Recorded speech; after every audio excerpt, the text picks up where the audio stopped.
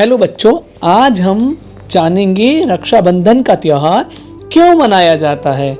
रक्षाबंधन पर्व से जुड़ी कौन कौन सी कहानियां प्रचलित हैं, आइए जानते हैं। 100 यज्ञ पूर्ण करने के पश्चात राक्षसों की राजा बलि के मन में स्वर्ग प्राप्ति की इच्छा हो गई, तो उसने स्वर्ग पर आक्रमण करने के लिए सोचा। इंद्र आदि देवताओं ने भगवान विष्णु से रक्षा की प्रार्थना की। तब भगवान विष्णु वामन अवतार लेकर ब्राह्मण के वेश में राजा बलि के द्वारे पहुंच गए और उससे 3 पग भूमि भिक्षा में देने के लिए वचन मांग लिया। राजा बलि के गुरु शुक्राचार्य ने भगवान विष्णु को पहचान लिया और उन्होंने राजा बलि को सावधान किया, किंतु राजा वचन दे चुके थे, इसलिए उन्होंने 3 पग भूमि दान कर दी। वामन रूप में भगवान विष्णु ने एक पग में स्वर्ग और दूसरे पग में पृथ्वी को नाप लिया। तीसरा पैर कहाँ रखें?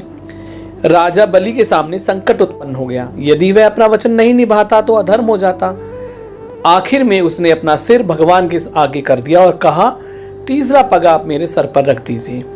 भगवान वामन के ऐसा करते ही वह पाताल लोक में पहुंच गया।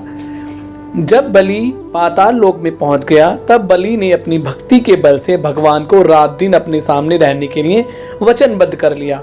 भगवान विष्णु को उनका द्वारपाल बनना पड़ा। अब भगवान विष्णु पाताल लोक में रह रहे हैं। लक्ष्मी जी वैकुंठ में बहुत परेशान हो गई। अब सृष्टि का जो पालन पोषण है वो कैसे हो, इस समस्या के लिए लक्ष्मी जी ने नारद जी को बुलाया। नारद जी ने उन्हें समझाया कि राजा बलि के पास जाकर बलि को अपना भाई बनाकर उसे राखी बांधेंगी तो उपहार में भगवान विष्णु को उनसे मांग लीजिए। जिस दिन भगवान विष्णु को वापस लेकर मां लक्ष्मी वापस आई थी और राजा बलि को राखी बांधी थी, उस दिन श्रावण मास की पूर्णिमा तिथि थी। उसी दिन से रक्षाबंधन का त्योहार मनाया जाने लगा। एक अन्य कथा में कहा जाता है कि एक बार भगवान श्री कृष्ण की उंगली कट गई थी, तो महारानी द्रौपदी ने अपनी साड़ी फाड़कर उनकी उंगली पर बांध दी थी। बाद में यह कपड़ा धागे का रूप में परिवर्तित हो गया। तभी से रक्षाबंधन का त्योहार मनाया जाने लगा।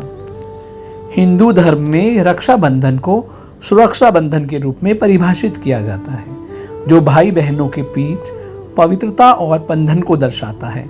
आमतौर पर यह विशेष हिंदू त्योहार हिंदू कैलेंडर के अनुसार श्रावण माह की पूर्णिमा के दिन मनाया जाता है।